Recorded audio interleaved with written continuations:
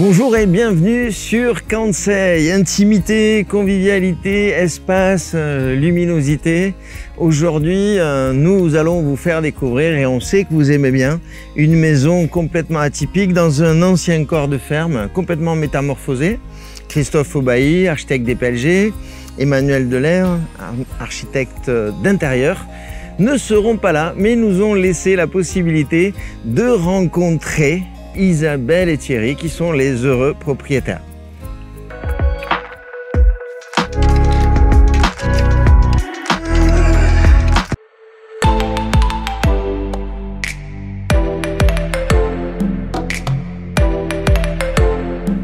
Bonjour Isabelle. Bonjour Stéphane. Bon, merci beaucoup. Je viens de dire heureuse, heureux. Oui, heureux propriétaire de maison. Comment atterrissons, comment arrivons-nous ici dans cette belle région de l'Ariège?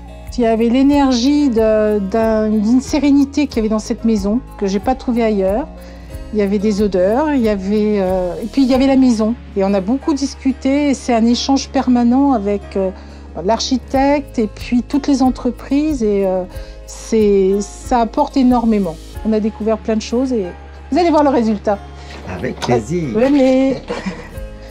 Donc forcément... Le cœur de la maison. Voilà, le cœur de la maison. Il y a toujours cette recherche de cœur. Hein? Oui, absolument, parce qu'une maison, c'est là où on va vivre, c'est là où on va rêver, s'aimer. Et oui, c'est important. Oui. On va recevoir notre famille, nos amis. On est sur un corps de ferme, c'est ça, ouais. Avec des matériaux différents. Donc la première interrogation, est-ce que c'est normal? Allô l'architecte, comment on fait dans ces cas-là? Voilà, en fait, on s'est retrouvé avec une maison qui était en 3 parties, celle-ci qui était en terre sèche.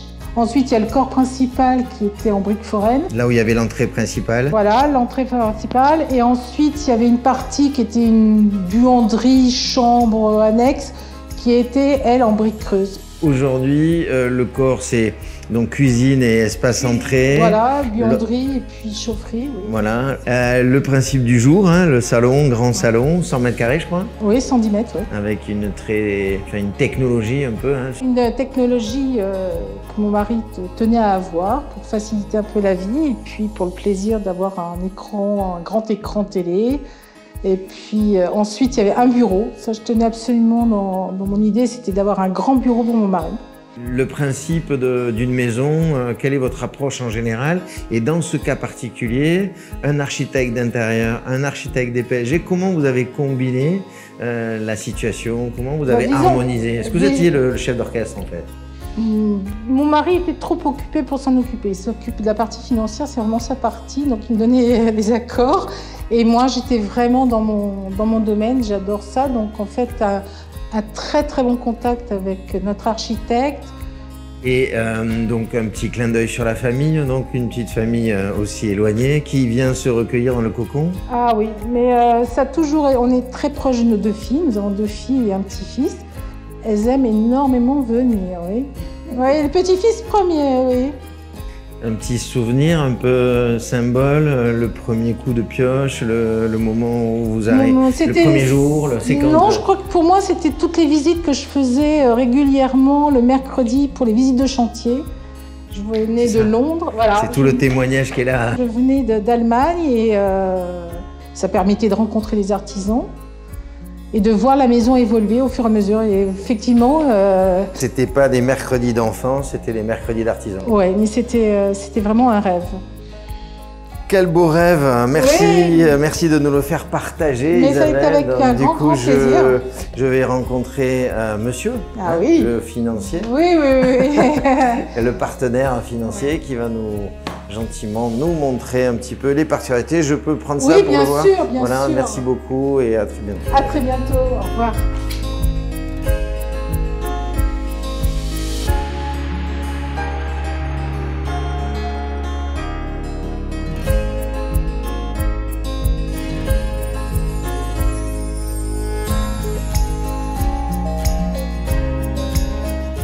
Bonjour Thierry. Bonjour. Écoutez, pardon, j'ai vu votre épouse. Donc elle m'a dit qu'il y avait une nouvelle réunion de chantier et que vous deviez quelques petites factures comme c'est vous le financier. Ah oui, d'accord. Oui. Donc on a choisi ce petit endroit là parce que j'ai le sentiment qu'il ressemble en fait à l'intention de cette vie d'aujourd'hui, c'est-à-dire la paisibilité. C'est tout à fait vrai. On est là, on est vraiment à la campagne. On a vécu dans de nombreux endroits où on était plus dans de grandes villes, que ce soit Paris, Londres ou Chicago. Et ici, ça a été beaucoup plus calme et entouré d'un magnifique parc avec des chênes, notamment qui sont très très anciens et qui offrent une très belle canopée et beaucoup d'espace. Et c'est ce qui nous convient beaucoup. Donc là, on est extérieur, on a une zone pour les enfants, une zone extérieure ravissante avec la table est dressée pour ce soir. Je crois que d'ailleurs vous recevez les amis qui ont travaillé ici. Exactement. Et aussi une piscine juste incroyable et une mare aussi, j'ai vu. C'était quoi? Vous avez tout créé en fait là. La mare existait, et d'ailleurs l'architecte nous a fortement conseillé de la garder parce qu'elle faisait partie à la fois, j'allais dire, c'est elle qui récupère notamment toutes l'eau de pluie qui vient du toit, c'est-à-dire qu'il y a tout le conduit en fait de gouttière se dirige dans la mare. Le surplus, par exemple, de la douche de la piscine aussi se déverse dans la mare. Et donc, en fait, l'extérieur, c'était à la fois avoir un grand espace qui est très agréable, boisé, etc., mais également avoir l'opportunité de faire des activités d'extérieur très plaisantes. Moi, j'aime beaucoup nager, donc on a une grande piscine. Donc vous êtes un sportif reconverti en retraite, c'est ça? Un petit peu, mais j'ai toujours aimé nager depuis que je suis plus jeune, et donc on avait déjà une piscine de taille plus modeste en fait dans la chaumière que nous avons en Bretagne. Et là, bon, comme c'est certainement la dernière maison que nous aurons, on a fait justement un bassin de nage qui est très important. Quand vous regardez ce chantier, cette réalisation magnifique, vous pensez à c'est votre première vision, c'est quoi? Qu'est-ce qu'on peut vous souhaiter après ça? Qu'on puisse en profiter, je vais dire, le plus longtemps possible, et que justement on ait des visites, des personnes que nous aimons, qui viennent en profiter avec nous pendant très longtemps. Quel plaisir, Thierry, de rencontrer quelqu'un qui partage comme ça. Merci pour cette rencontre, Thierry. Merci beaucoup. Au plaisir.